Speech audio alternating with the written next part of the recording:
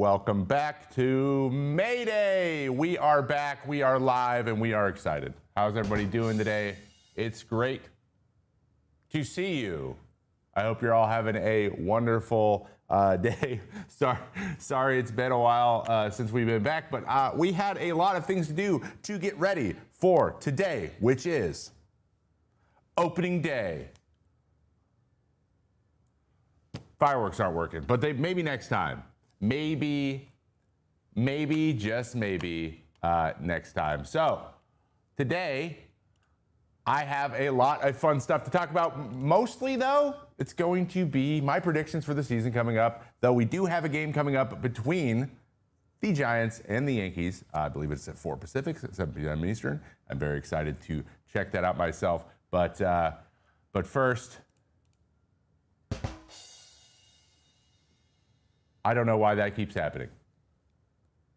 There it is. We're back. I have a double bind, evidently. All right. So without further ado, let's get right into my 11 bold predictions. Then we'll get into the news, and then we're going to talk about my top 10, that is, rotations for the season. I'm sure you'll have very strong opinions one way or the other, and there's going to be some bonus sound effects every single time we switch the content we're talking about, because I like to keep you on your toes here at Mayday. So let's get right into it. These are my 11 bold predictions. Jiminy Christmas. There are things that are not supposed to be on that are driving me crazy. These are my 11 bold predictions. Let's get right into them. 11 bold predictions for 2026. Let me know in the comments and in the chat whether or not you agree or disagree. I have some predictions about what you're going to think about my predictions. I'll see if they are true. Prediction number 1. There will be at least 10 pitchers that throw over 190 innings this year. Now, last year, I put that number at 200 innings. I think that was pretty bold. We had 3 guys reach it, though there were 10 on pace at the All-Star break, so that we did a pretty good job. This year, I'm gonna get not so bold at the first one. Trust me, they're gonna get more and more bold as we move through the list. But there were 9 actually that threw over 190, with Paul Skeens and Brian Wu missing by just a handful of innings. Had they just tried a little bit harder, they could have made this come true. But I think this, again, is going to happen, and I think we are going to get a nice, robust group of pitchers all getting those pitch counts and those innings totals up, especially when it comes to these young studs that now have another year under their belt. I anticipate their inning numbers going up. And you know what? I'm going to throw this out here. It's going to be a random, a hope that is not a bold prediction, but I do hope that I can count Tyler Glasnow as one of these guys. I think baseball is better off if we can see that curveball for 190 innings in a season. So bold prediction number 1, 190 innings is my line. Can we get 10 guys to it? I think so. Bold prediction number 2, and I think it's 2 predictions, but let's talk about the Athletics. The Athletics will be a top 3 in all of baseball in runs scored as a team this year. And Shea Langoliers, he's going to hit 40 homers. Now, you may be wondering, Trevor, what?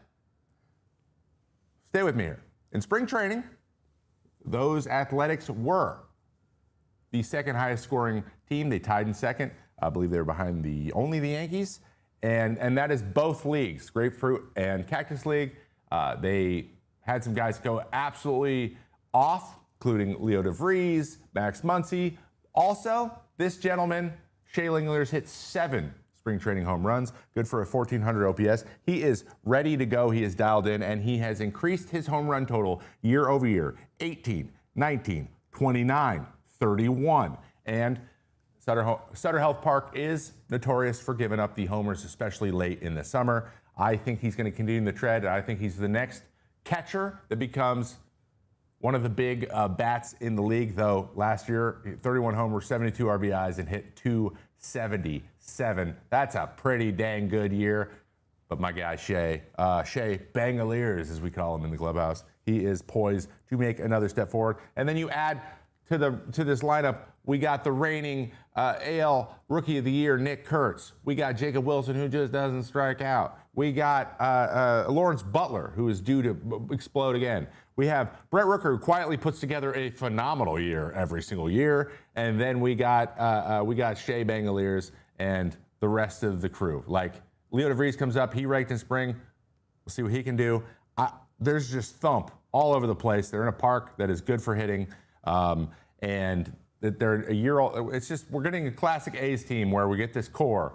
We have our next Matt Chapman, Olsen, Piscotty. We got this same group, the Murphys. We got this group again. They're back. We got another one. And here they go.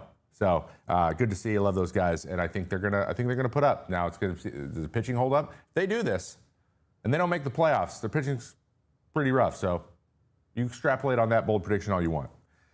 You try to figure out what I'm trying to say. All right, number 3, the Pirates. They are playoff bound at 83 and 79. That is my guess. That they sneak in, they pull a Reds, and they sneak in this year. And I think they do it because I think Mitch Keller pitches a little bit better than he did last year, and I think Bubba Chandler is a factor. I think the pitching follows Paul Skeens. They're going to have Paul Skeens. If Paul Skeens throws 31 or 32 starts in a season, he will win the Cy Young. I'm at that point now where I'm like, if he's healthy and makes all of his starts, I don't see how he's just too consistent. He's just wildly consistent. So if they have that again and we have a back-to-back Paul Skeens Cy Young again, like, they need to make the playoffs. But I think the big difference is going to be the Ryan O'Hearn and Brandon Lau effect. These guys work at bats, they work counts, they have very good idea of the zone, and they're both lefty sticks that can take advantage of the short porch there in PNC. I think that some veteran hitters that have hit in the middle of lineups and have been very productive recently, but kind of quietly done it, that's very much, I think, what the Pirates need. And then the Connor Griffin. I think Connor Griffin comes up and makes a splash. I don't think he's going to be the savior. But what I think is we're going to get we could potentially get like a Roman Anthony type start, which I don't see how anyone could think that wouldn't be enough, right? So if that happens, I think they can sneak in because that like 6th seed in the National League is going to be in that range. And I think that they have just as good or a better chance than the Reds at this point, especially with no Hunter Green. So, Pirates, playoff team. Please something different. All right. Bold prediction number 4, Mason Miller, first reliever Cy Young since Aaron Gagne. Shout out to producer DK on this. He threw it out there. You know what? I love it. Let's go for it. Let's predict it. I threw some stats on this too. Let's see. We got Mason Miller throws 80 or more innings, throws 75 appearances, and strikes out 140 while converting 45 saves for a team that, could get leads and they need them held. They still have that star power, that current core of the lineup. So it's going to be just how many games are they able to do those big run scoring bursts in? Like, are we going to only win a couple games 14-2 and then lose 5-3 a lot? Or are we going to figure out a way to win a game no matter what it calls for that day? That's the difference for them. I know that's kind of generic and for everybody, but specifically for them, they have the lineup, they have the pieces to be a very good team. It's just, are they all going to play well at the same time? The last month of 2023, if you can remember that. I know that's very specific, but they went on a run and then they just missed the playoffs. Can they do that for a whole season? I think they can. Moving on, number 5. There will be at least 3 teams that win 100 games this year, and the Mets will be one of them. I think you know what? We're going with the new core. I think that strategy is going to pay off. Why? Because I want it to. They got an ace in Freddie Peralta. They added very high ceiling talent in Luis Robert and all the other guys they're bringing in with Bo Bichette, and Devin Williams going to be shutting down games in the back end. I think he's going to be a little bit better than he was last year, or more consistent at least.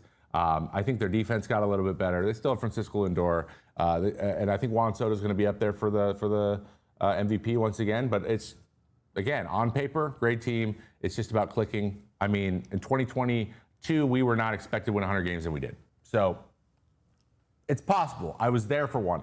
I was on the team, and we won 101 games. So let me put it in perspective in that way. Moving forward, number 6, Kevin McGonigal gets AL MVP votes simply because he went by the nickname Magoo in high school, as reported by Mike Farron on Loudouts on SiriusXM Radio. And he'll also benefit from a pretty balanced offense all around, where it's not going to be all on him. I think Kevin McGonigal is the real deal. And I also would love for him to go off and for me to be able to say the words Magoo McGonigal like 10,000 times this year. If that's the only reason I want this to happen, I think that's good enough. So Magoo McGonigal gets AL MVP votes. Man, I'm going to have to think about that before I say it a lot. But I'm down. Let's do it. Bold prediction number 7. The Rays make the postseason despite an loaded AL East. Now, the Rays historically have always been in danger of doing this, right? Sneaking in 5 or 6 seed, or maybe even winning the division. I would never count them out, even when they trade people, even when there's a lot of young, unproven talent there. Whenever they do that, that doesn't mean anything when it's the Tampa Bay Rays. I think the biggest issue they had last year was the fact that they were like on the road for 100 games, which is, for anyone who doesn't know, the travel in Major League Baseball is hard enough. It's like, when does your 3-city road trip planned? You know, where are you going to be? They did back-to-back 3-city road trips. They were on the road for like almost a month straight with like a little short break in the middle. That is taxing in a different way, especially when you're outdoors in Florida for your home game. So it's not like they were like in a great situation when they were home either. So they're back in the Trop. It's been repaired. Honestly, surprising everybody. I thought there was no chance they would actually get that done on time, but they did. They are. They're going to be there, and they're back to their old ways, and their old ways is sneaking into the playoffs. So that's why we feel this way. And I also think there's a legitimate chance the 4 of the 6 AL teams, and as far as I know, it is technically possible because there's 3 wild card teams. It could shake out to where the AL East has 4 of the 5 teams go to the playoffs. It's possible. Possible. It's a very narrow possibility, but it's really possible. And there's the good chance that the Orioles are also right there too. It's kind of a crapshoot. I really don't know. I don't know who to even predict out of the division, but I think the Rays are going to be a little bit better than they were last year. I think they're going to get a little farther, or we're going to have to take them a little more seriously than we did. Number 8. The Diamondbacks will finally trade Ketel Marte at the deadline. Now, I think we're going to have another classic Arizona season. Solid offense, solid pitching. They get banged up a little bit there in the middle. They bring back pretty much the same team. The bullpen is still, I'm kind of wondering how that's gonna work out. That's still maybe their weak spot. But I think they're going to be around. They're going to be one of those, on the fence teams around 500, maybe a game under or a game over, and they're going to have to make a decision. And I think there's going to be an opening somewhere where Ketel Marte would be so good on that team that they're willing to give them everything. I think this is the year that actually happens. I think they make them an offer that they can't refuse. I think that is what 2026's trade deadline has for us. He's going to be the big one that moves. Number 9, getting in the bold area. The Milwaukee Brewers will have the longest win streak this year at 12. Do you know why? Because they always do stuff like this. Now, I am tending to lean towards the Cubs as the favorite in the division. That could change, obviously, because the Brewers, there's guys whose names I saw for the first time in the last couple of weeks who could just potentially be absolute studs. They've done that to me more times than I can count on one hand in the last couple of years. So I'm anticipating it happening again. But it's just good old-fashioned fundamental baseball that Murphy's got them playing over there. And when you play good old-fashioned fundamental baseball, you win the games you're supposed to win, and they're going to go on a run. And it's always a Central team for some reason who has the longest win streak. So I think this year it's those Milwaukee Brewers, those pesky Milwaukee Brewers. And I don't know if they'll win the division, but I do think they are a playoff team. I do think that they're going to figure out a way to get in position to do that. It's the Central divisions are up for grabs, as they always are. So anticipate that again, but there will be a time where this team goes on a run. All right, now we are down to our final 2 bold predictions. So I hope you're sitting down, because this one's out of left field. You're not going to see it coming. Bold prediction number 10. The Los Angeles Dodgers will three-peat for the first time since the Yankees did it from 1998 to 2000. Yeah, it's the thing that everyone wants. At least I know Alana Rizzo does. Definitely does. And that's good. It's a good thing. Yes, I think there's a chance that they three-peat, and there's some pretty. Stay with me here. There's some pretty distinct reason why, and they're pretty compelling. Reason number 1. They deserve it for cultivating all of their homegrown talent, and they should be rewarded for that. They are very good at developing homegrown talent. 2, the prediction markets say so.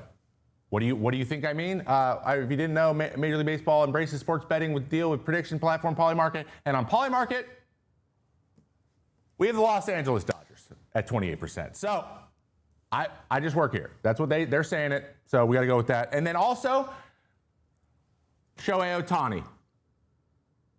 But bro, prediction number 11, there will be a lockout. There will be a lockout. That is my final bold prediction. And if you're wondering for the reason, see last slide. There will definitely be a lockout. It doesn't matter whether or not the Dodgers will win the World Series or not. That lockout is probably going to happen. But let me be very clear here. I think it will be resolved by spring training. That's my additional. That's my 11B. Prediction. It is that the lockout will be resolved by spring training, and we will have the year. We will not miss games. That is me putting that out in the universe, and I hope you appreciate that.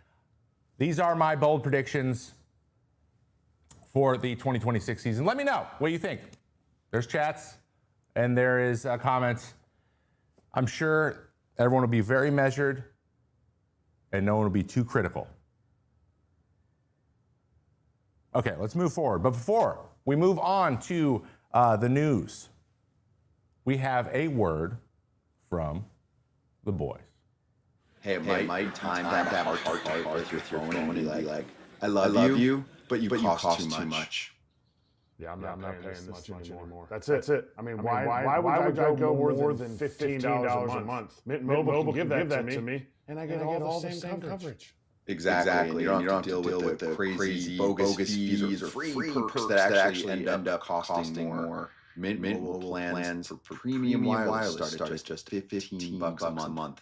And all plans come with high-speed data and unlimited talk and text delivered on the nation's largest 5G network. If you like your money, Mint Mobile is for you. Shop plans at mintmobile.com/territory. That's mintmobile.com/TERRRITORY. Upfront payment of $45 for 3-month 5GB plan wired, equivalent to $15 a month. New customer offer for first 3 months only. Then full price plan options available. Taxes and fees extra. See Mint Mobile for details. You heard Scott. See Mint Mobile for details. Now, I'll be honest, I thought I was going to be behind that. So I'm glad that I could have participated in it. Tested a few things. Some things are not quite working the way I want them. But hey, still fun. Go check out Mint Mobile if you haven't. Thank you so much. Okay, let's move forward. Once again, let's move on to our news segment. It is time for the news. But first, a little bit of housekeeping. Guys, go to IamTrevorMay.com if you would like to support this channel with your wallet, or get access to the free newsletter, the Mayday Catch-Up, every Friday morning. It keeps you up on everything we have going here. New merch drops, articles that we've written over there on Mayday. All of the content there that is currently not behind the paywall is going to be free forever. I've written a few articles. Producer DK's written some. Producer Henry's written some. We're adding more stuff all of the time. But if you choose to become a supporter, you also get 2 or more bonus videos every single month. The most recent one being my take on the vacating of Tony Clark from the MLBPA and the hole that leaves moving forward in negotiations. I think it is a bigger deal than people are making it out to be. And you can catch my thoughts right there on a bonus video only for those people who are supporting us. So thank you so much, and I appreciate that in advance. And go check that video out. If you are a supporter and haven't seen it yet, you should watch it. It was one of the better ones that I feel like I have done. Also, more Mayday is where all the highlights from this show will be every single week. If you're not subscribed there, and if you're not subscribed right here at Foul Territory, and you're just watching, what are you doing? Figure it out. All right, on to the news. It's time for the news. It is opening day. It is opening day, I guess. Or opening day number 1, maybe? So there's been a lot of news. There's been a lot of movement. There's been a lot of guys making the team, guys not making the team. We'll talk about all of it. But first, the more pertinent stuff, kind of the bigger deal, high-level stuff. Number 1,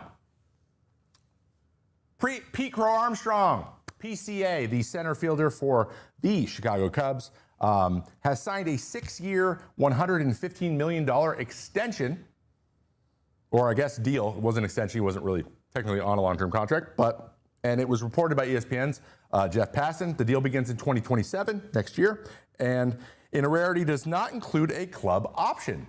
Very interesting. So basically what it's going to do is it's going to take him through his 30-year-old season, and then he is a free agent after that. That usually is not part of it. There's a club option where the club can say, hey, we want you for 31. And that might have been the thing left out that let the deal get done. So I love it so much. If you remember, Pete Crow Armstrong started last year super strong, hit triple slashing, 265, 302, and 544 with 25 home runs and 27 stolen bases in the first half before making the All-Star team. He did fall off quite a bit in the second half, but he is an elite defender. He is electric. He makes everything look easy, and he is young. He's a guy that they want to be associated with the Cub brand and the Cub winning ways moving forward. I like it. He played for Team USA. He is getting a lot of the attention, but he's also a little bit of a firecracker, and he's fun to root for. He's just fun to root for. He has some tendency to do some young guy stuff. He's 24 years old. That happens. But you know what? I think this guy's got a really bright future, and the worst case scenario, he's one of the best defenders that the Cubs have ever had. I think he's going to be that. So I think that's worst case. I think they're happy to have him, and everyone loves PCA. I think that's pretty clear. The Braves suffer another blow in the pitching department with the loss of Spencer Strider. He's going to begin the season on the injury list after being diagnosed with an oblique strain, which is very common, Walt Weiss says. So oblique strains, by the way, are extremely common for pitchers that are ramping up after Tommy John, because there is this level of compensation that happens while you are throwing a baseball. And Tommy John, and your oblique is right here, right below your lat. It is in your side, and your core is a very big part of throwing a baseball. So they tend to get a little bit weaker, and sometimes you ramp a little bit too fast, and it's one of those things, it elongates too much, and it's just a strain. It's very easy to strain. It's a muscle that's supposed to stretch out a lot. Sometimes it doesn't, and pitchers get it quite a bit, especially in the throwing side. Not throwing side, rather, the lead side, because it's torquing you through. So that's not surprising. They vary in grade. They say hopefully it'll be a couple weeks. He's on the 10-day, I believe, because it's pitcher. So they're hopeful that it's just, by the end of April he's back. But these things can go, as we've seen, from 4 weeks to 3 months. Like, it's just, it's how you feel day to day. It's one of those things which is not the most fun ever. He missed the first 6 weeks last year coming back from Tommy John at the end of the year with a 7-14 record and a 4.45 ERA. Velo didn't quite come back. Sharpness wasn't quite there, but it did start to tick up a little bit towards the end of the season, so that was good to see. And this is another setback for Atlanta, who already has lost Spencer Schwellenbach and Hurston Waldrop and lost Joey Wentz. There's been a lot going on there, and they already lost Jerks and Profar a full year suspension, and Hassan Kim is going to be going to be out for at least the first month with a hand injury. So, like, things that they really needed to go right haven't yet. The pitching is a little bit light now outside of Sale, with Lopez, Reynaldo Lopez probably being the number 2. That's not ideal for them, but hopefully it'll be short and they can get this guy back so that they can get back to their winning ways, because last year I feel like was an outlier. It was a blip, or that's what they're hoping. There's a lot of talent there, so we'll see how this pans out for the Braves. Continuing on, Roki Sasaki. It has been announced that Roki Sasaki is going to be in the Dodgers rotation, even after having, I'll be honest, a disastrous spring training. He only threw 8 2/3 innings as a starter. That is not ideal if you're trying to get ready for a season. And he walked 15 batters in that time. Now he only gave up 9 hits, and he struck out 12 in those 8 2/3. So the stuff's there. It's just, is it in the strike zone or is it not in the strike zone? A lot of times it was not in the strike zone. So, but they have lots of pitching depth. They're feeling comfortable about it, and they really, really, really want this guy to be a starting pitcher. But he's having a lot of issues, okay? And so I want to expand on this a little bit, talk a little bit about what his issues are and how I think that they might be able to fix him. So I'm just going to come right out and say it. The first fix, he's a reliever.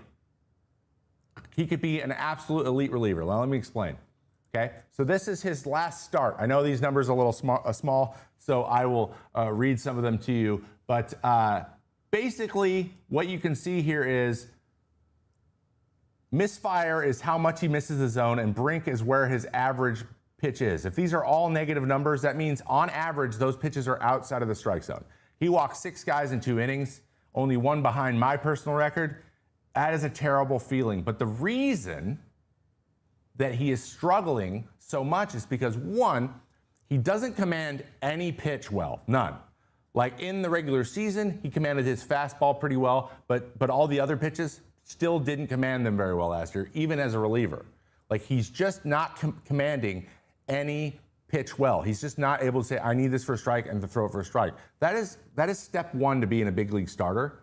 You can get away with that a little bit and learn a little bit, or work around it with stuff as a reliever. You can't as a starter. So you need to either go to the bullpen, or you need to go to the minor leagues and you need to work on this stuff. But when you're with the Dodgers, you get the opportunity because they have so much depth. What I saw here was lack of command all over the place. Really, really great stuff. Specifically on his splitter. Now, his fastball too in spring, even when he was throwing for strikes, it just isn't very consistent or really that good. He only had a 7% whiff rate on his fastball this spring. But you know what he had on his splitter? 66% whiff rate. So he has what we call one elite pitch. When one player has one elite pitch, and the Dodgers are very good at this. They take guys with one elite pitch and they make them relievers, and they get Evan Phillips and Ryan Brazier, and they keep finding all these guys and making them better.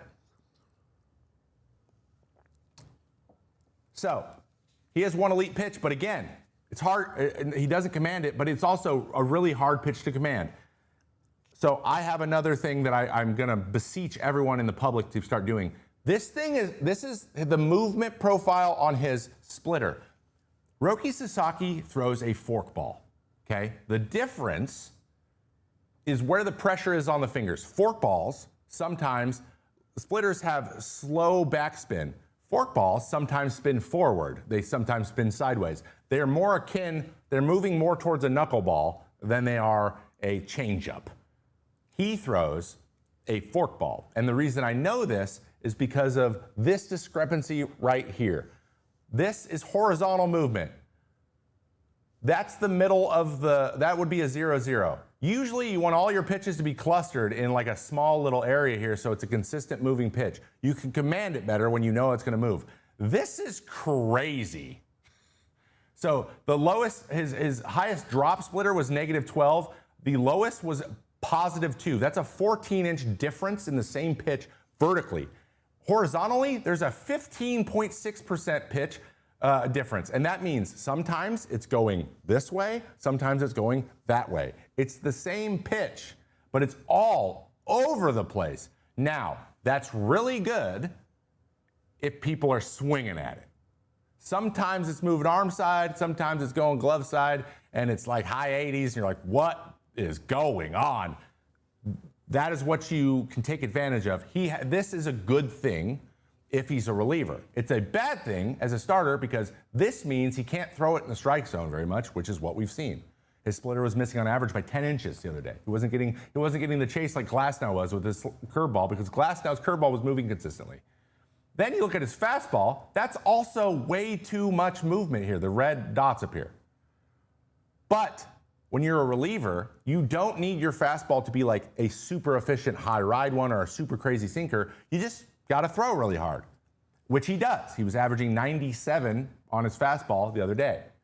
He can get away with it not moving really super consistently if he just throws 99, 100, and then he just throws splitters. Like that, he will be absolutely elite. But what I think the Dodgers are doing now is saying, we know that. We know that that is an ace in the hole, that's a card we can play at any time. We just want to make sure every door is opened that possibly can be opened so we can have a full picture of what's going on. But I'm worried that if we mess around trying to teach him new pitches because he can't be a two-pitcher as a starter, but like he doesn't have the command to add pitches, we might be hurting him long-term to where we reduce his ability to have confidence as a reliever too. So it's a balance, but I hope I am wrong. I hope that Roki gets the opportunity. He's young. He gets the opportunity. He finds something. Something clicks, and he throws the pitches exactly where he wants to. But like the differences here, like the way these things are erratic, are just the other big leaguers aren't having this. They've already like it's not really working for anybody else. You can't be this erratic with how your pitches move and be successful as a starting pitcher. So we'll see how it goes, or how long, or what plan they have for him to improve, or how much patience they're going to have with him. But this was really interesting. But it's a forkball, so call it a forkball. Okay. More news coming up. Tyler O'Neill, Mr. Zoolander himself, Blue Steel. I love it. He is going for his 7th straight opening day home run. Boy, oh boy, would that be crazy. He has tied the previous record set by Todd Hundley and Gary Carter and Yogi Berra, okay? He has the record. He has 6. The record was 4. So he tied those 3 guys in 2023, broke the record in 24. He increased the streak last year. So he's going for 7. He's trying to increase his lead. I don't know if this is ever going to be broken again, but if he can hit his 7th home run in a row, that'd be incredible. O'Neill is facing the Twins in Camden Yards, and he is career 1 for 2 against Joe Ryan, the Twins starter, with a homer. So that is worth tuning into, I believe, tomorrow. Here's a quote from O'Neill about the situation. "It's an elephant in the room," O'Neill said to MLB.com's Jake Rill.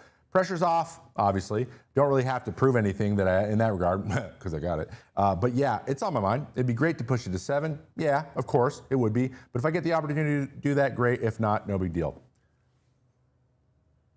Okay, Tyler. All right. I trust him. Would be cool to see. And also, phenomenal photo. Continue that as well. Love the face. Netflix opening night is going to be insane. That is tonight. Tons of special guests. I want to cover them right now because this is kind of unprecedented in baseball. Excuse me. For pre and post game, former ESPN Sports Center and women's basketball anchor L. Duncan, I believe it's L. Duncan, hosts with Barry Bonds, Albert Pujols, and Anthony Rizzo as analysts. Can't help but notice there's no pitchers there, but that's okay. That's a whole lot of homers. It's a whole bunch of homers. What is that, like 1,800 home runs? Very, very impressive. That is quite the hitting crew. I'm going to be tuning in for that later on today. And then on the MLB Network side, there's Matt Vasgersian's going to be doing play-by-play with Hall of Famer CeCe Sabathia and Hunter Pence as analysts. There is a pitcher. We got one. Come on, CeCe, hold it down for the boys. And then Lauren Shoddy will be on field. So quite a bit of thump there from the analysts. Lots of players with lots of experience. A lot of different personalities, which would be a lot of fun to listen to. I'll be watching. I'll be taking notes. I want to see what these guys are talking about. I'm trying to learn all the time. So congratulations to all of them. But the biggest thing, the biggest, most interesting thing, I think, was the guests that they're planning on having on the broadcast. That is New York Giants quarterback and former college baseball player and MLB draft pick, Jameis Winston, who we all know about his personality. So he'll be having fun because you can't keep him from having fun. That is for sure. Comedian Bert Kreischer. Did not expect that one, but I do know Bert is a huge baseball fan. He is the host of the Two Bears, One Cave podcast and does stand-up comedy. You might remember him from always taking his shirt off. And then WWE star Joey Uso, who also massive baseball fan. He's been on MLB Network quite a bit. They will all be coming through the broadcast too. So lot to enjoy there. It's going to be a ton of fun. You should check it out. It's on Netflix tonight or MLB Network if that floats your boat. Opening night, man. It's here. It's here. It feels like the World Series was just yesterday. How many times have I said that in my life? Like 25 times. So let's keep that going. All right. A couple quick notes on guys that did not make the team that we thought they would, and I want to give you my thoughts on them really quickly before we move on to our rotation rankings, all right? So, interesting roster decisions, but not surprising. Connor Griffin, stud phenom, number one overall on the Baseball America's prospect list and of a lot of other prospect lists, shortstop for the Pirates. He will not be breaking with the team. Though we thought there was an outside chance at first. I thought there was no chance. You're 19. There's no reason to bring you up. Why start your clock? Not going to meaningfully make the team that much better immediately. You know, why get up there quickly? But then I remembered, because I was reminded by somebody, Sarah specifically, said, they did that with Paul Skeens. He came up late, and then they missed out on their draft pick they would have gotten had they brought him up earlier. Because you get a draft pick, you bring him up, and then the guy wins Rookie of the Year. If you're confident that he could do that, might as well bring him up earlier. It's like an incentive that I think is a smart thing to do to get people to not manipulate contracts in that way. That's a positive thing that's happened in the last couple CBAs. They didn't do that with him. We thought maybe they would do. They learn their lesson and they're going to bring him up. They're not. But also makes a lot of sense. Again, position player. They have options to kind of be in place. It turns out, according to the Athletics, Ken Rosenthal, Will Salmon, the Pittsburgh Pirates' decision to keep Connor Griffin in the minors began comes from a combination of two things. The two sides failed to do a contract extension before he even got to the big leagues, and there was potential concerns about losing a year's service time if he's promoted before April 9th, because that's what I'm talking about. Like, if we bring it up too early, then he could then maybe be a Super 2 and then get to free agency a year earlier, and you can't have that. Despite hitting his home runs, he still only hit 171 in spring as well. So he didn't exactly force their hand either. And when you don't force their hand, it's pretty easy to make this decision. So not surprising one bit. Now, guys who did make the team, Carson Benji, New York Mets, right fielder. He is going to be on the team. Carlos Mendoza says, first-round pick in 2024. He had 281 with 15 home runs and 22 steals and an 857 OPS last year in 116 games. Blowing up through the levels. That is pretty good work. He also hit 366 with an 874 OPS in his spring training appearances as well, with the same number at bats as Griffin. So he has earned his way in. Maybe the same thing would have happened the other way had he put up those numbers. And then we have Kevin Magoo. Magoo McGonigal. The 21-year-old phenom Kevin McGonigal, number 2 prospect behind Connor Griffin, is going to make the team and presumably going to play everyday shortstop for them. He hit 2 home runs, hit 250, 6 RBIs, 11 walks, and 2 stolen bases, which is just a really quality spring training across the board for a young guy. Defensively, saw action at shortstop and third base. So we're assuming he's a left side of the infield type of guy on a team with a bunch of guys who can play every single position. So we're going to see Zach McKinstry. We're going to see people everywhere. Colt Keith. Like they have a lot of options for a lot of different things, and he is going to add even more to that group. Magoo McGonigal is my guy. He's going to Magoo it. I'm going to do it. He's going to do it. I have faith in him. All right. That is our news coverage for today. So you know what that means? That means we got to hear from the boys just one more time. AJ, baseball season is finally here, and there's nothing like listening to the sweet sounds of the game while you're at home, enjoying some home cooking, whipping up a beautiful meal with HelloFresh, and there are many recipes to choose from. I love those big portions, Scott. Over 100 mouth-watering recipes each week, including cuisines from around the world, like some of my faves. Curry chicken and roasted sweet potato jumbo, smoky chipotle beef burrito bowls, and sweet Thai chili salmon. There's now 3 times the seafood for no upcharge. Impress guests or treat yourself with new grass-fed steak ribeyes. So go to HelloFresh.com/FT10FM to get 10 free meals plus a free Zwilling knife of $144.99 value on your third box. Offer valid while supplies last. Free meals applied to discount on first box. New subscribers only. Varies by plan. Because when dinner tastes this good, nothing hits like home cooking. HelloFresh. HelloFresh. I apologize also if you're getting doubles. Double sound. This is supposed to be off, and it isn't. So, sorry about that. All right, moving forward. Last part of today's show. Let's talk about my top 10.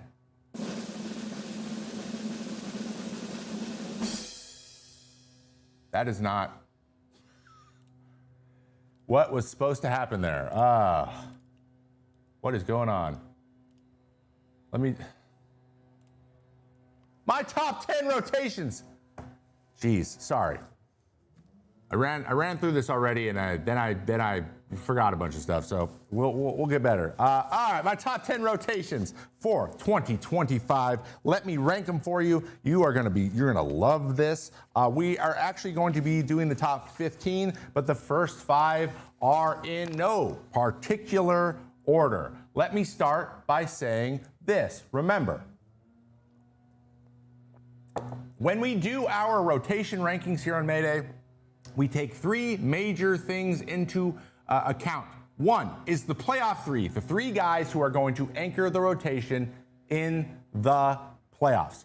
That is their top 3, 1 through 3. How confident are we that those 3 guys will be able to win us some games? Number 2, depth. How many starting pitchers do we have to work with? Maybe just outside of the top 5, or maybe even long guys that can be slotted in if we need. All of those things come into effect as well. And then number 3, how many innings can they cover? This isn't as important as it was historically, but it is still important now because depending on how many innings your starting rotation can cover, preserves your bullpen as well. Teams that have players that go deeper into games, or starters that go deeper into games, tend to have better bullpen outcomes as well. They are correlative. All right, so I told you I had 11 through 15. This is 11 through 15 in no particular order. These are my 5 honorable mentions for the top 10, and we'll get right into it, all right? San Francisco Giants. Now, I like the Giants because what I did was I went back and I found all 5 guys, the top 5 in every team, and then how many innings they threw combined, no matter what team they were on last year. The Giants were 6th with 707 innings thrown by these 5 gentlemen, and I love their Logan Webb, Robbie Ray situation. Now, who's of these 3 guys is going to slot in for the number 3? I don't know. They're kind of thin after that, or at least maybe not unproven. Tyler Mahle has been hurt a lot. Adrian Hauser is a solid big league pitcher, but he's more of a swing guy for me, or has been historically. And Landon Roop, a little bit underwhelmed so far, but I think those top 2 guys would take them against anybody, and so they deserve credit for that. Baltimore Orioles. I was worried about them at first. They have gotten a lot better, but it's more of a veteran presence. Trevor Rogers, incredible year last year. There's no reason he can't do it again. Kyle Bradish probably has some of the best stuff in this group, at least the best slider, and he could potentially be the ace. Shane Baz, electric stuff, looked really good in spring, but it remains to be seen if it's going to produce in the big leagues. And then the classic, Chris Bassett and Zach Eflin.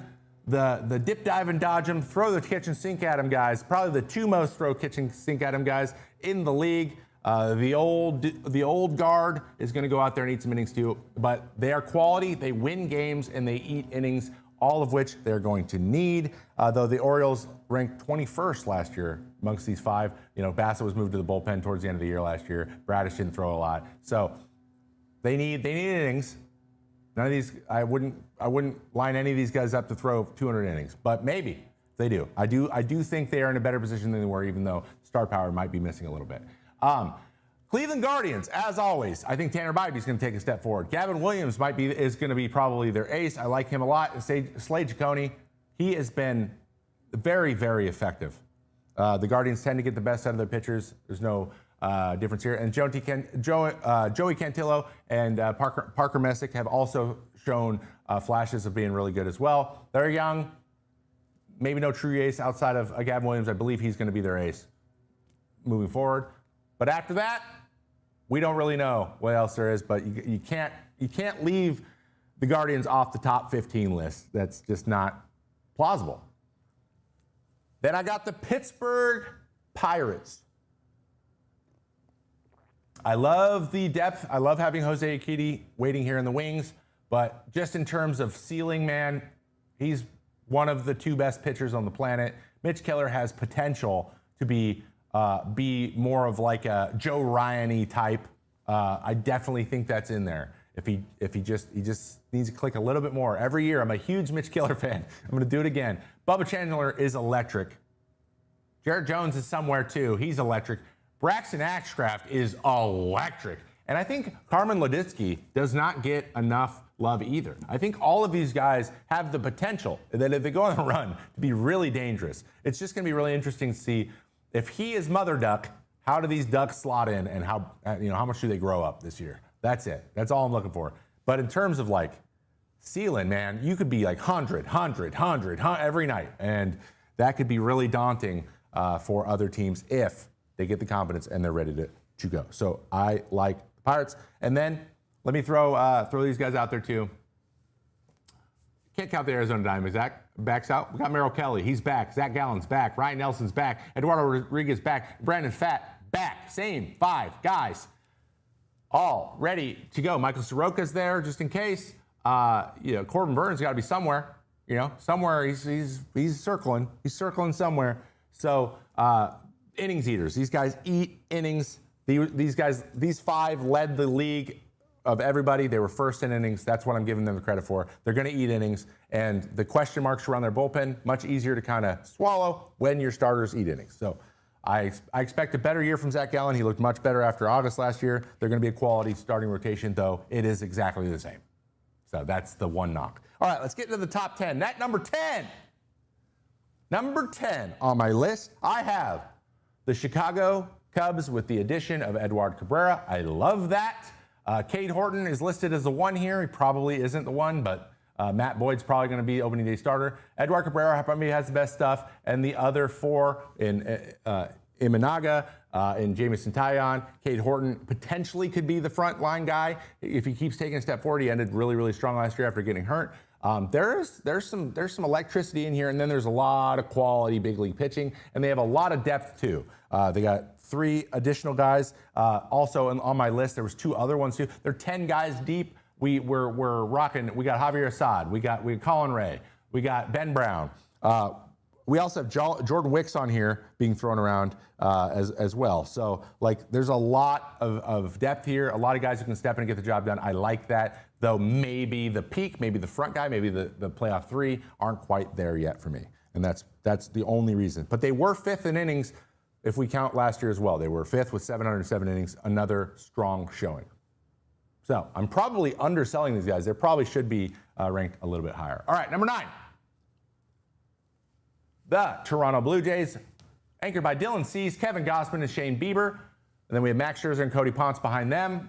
Arguably, unfortunately, Max, I don't know how ready he's going to be in terms of innings out of the gate. Jose Barrios is going to be ready. And then Trey Savage is starting on the IL as well. Cody Ponce looked good in spring, though. I think that he's a diamond in the rough. I think he's going to be better than people are assuming. I just think that it's the KBO. Sometimes you got to take the KBO with a grain of salt, even though he was absolutely dominant. He wasn't just good, he was dominant. So tons and tons of depth here, but Bieber, Scherzer, hurt a lot lately, still kind of banged up. Trey Savage is hurt, so the depth really isn't hurting him, but I love the Eric Lauer card in the back pocket. I think that's going to be helpful. So they have a lot of depth to kind of manage that, though they were 25th in innings. I like their starting three. Those three in a playoff series, tough to, they can compete with anyone with that, and I like that quite a bit. Number 8. Let's get to number 8.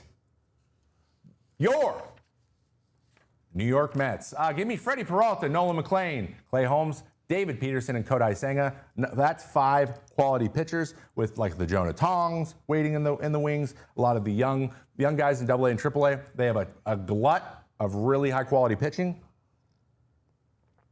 all of which we can expect to see at some point during the year. So I think they got pretty good depth.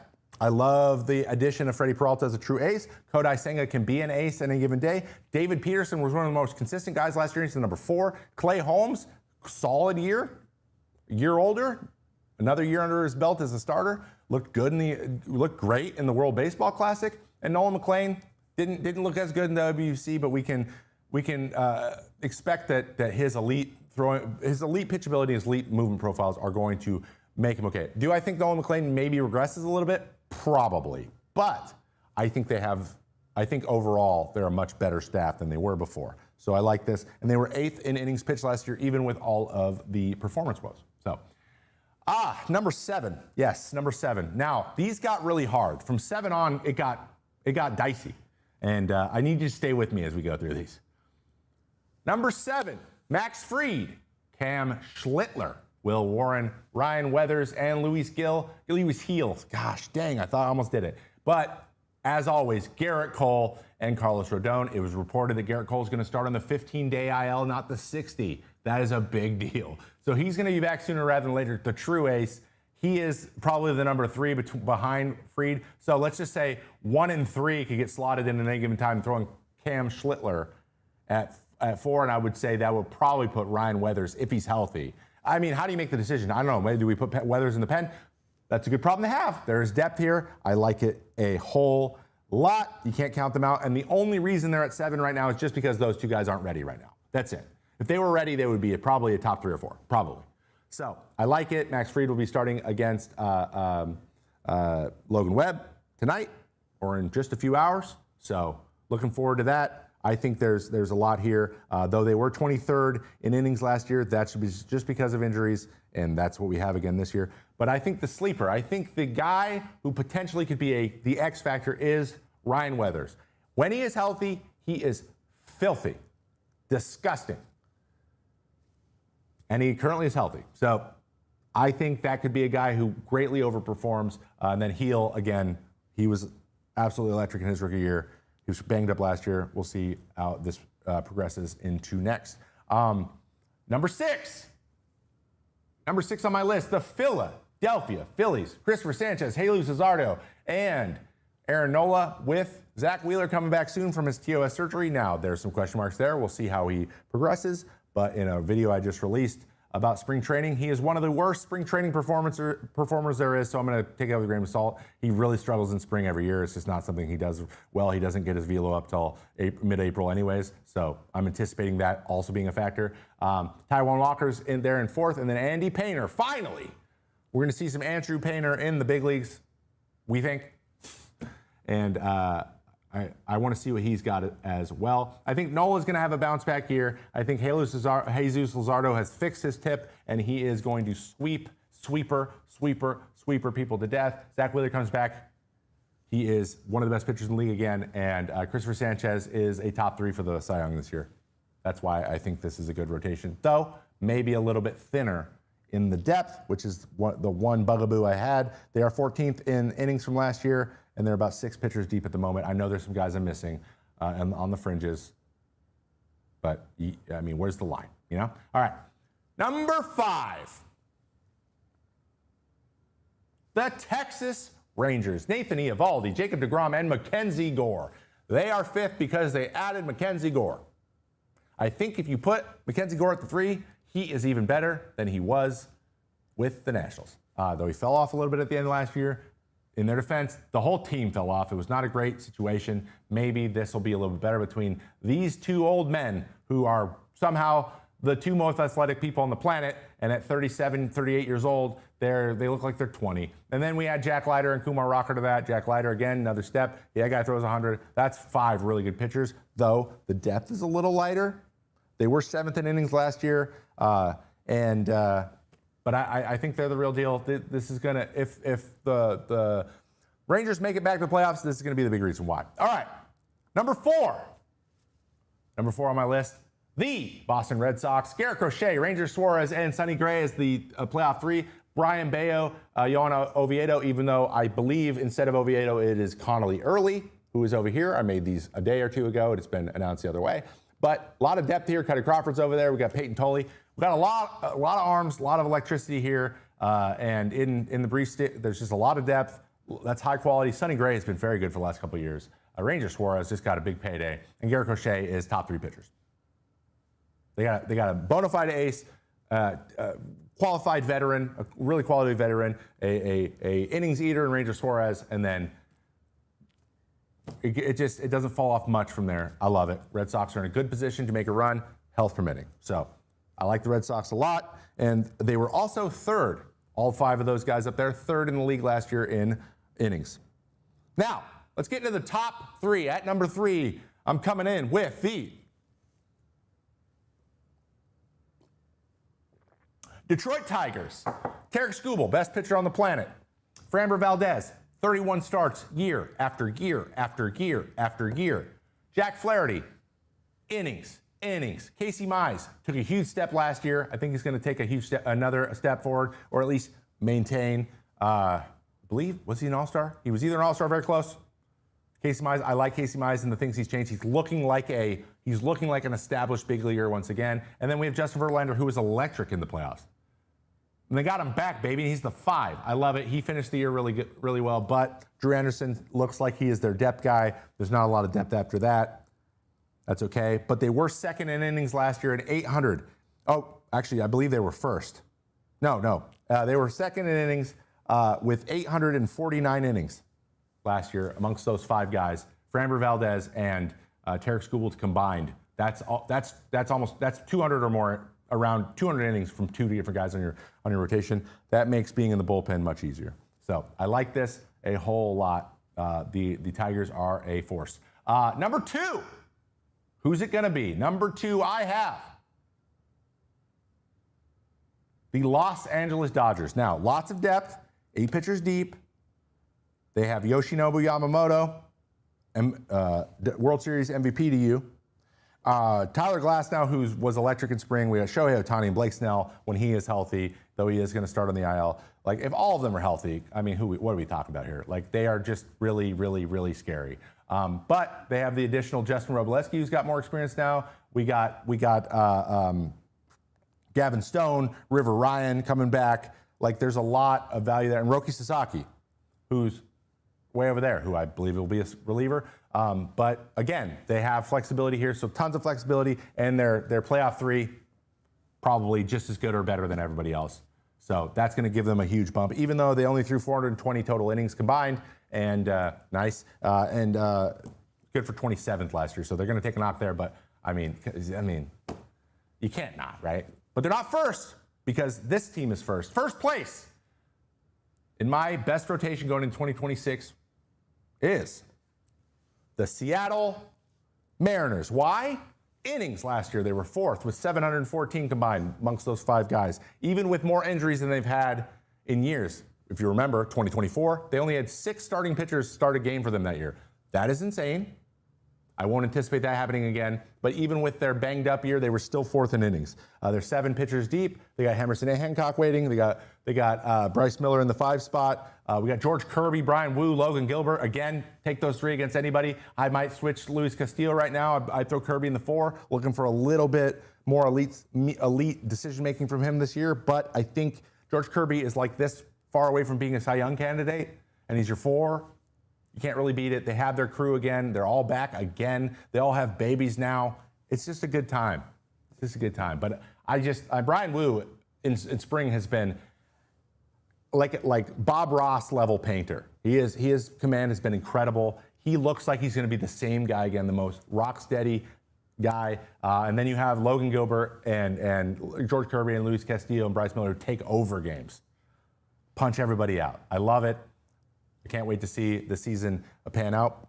But those are my top rotations of the 2026 season. Let me know what you think.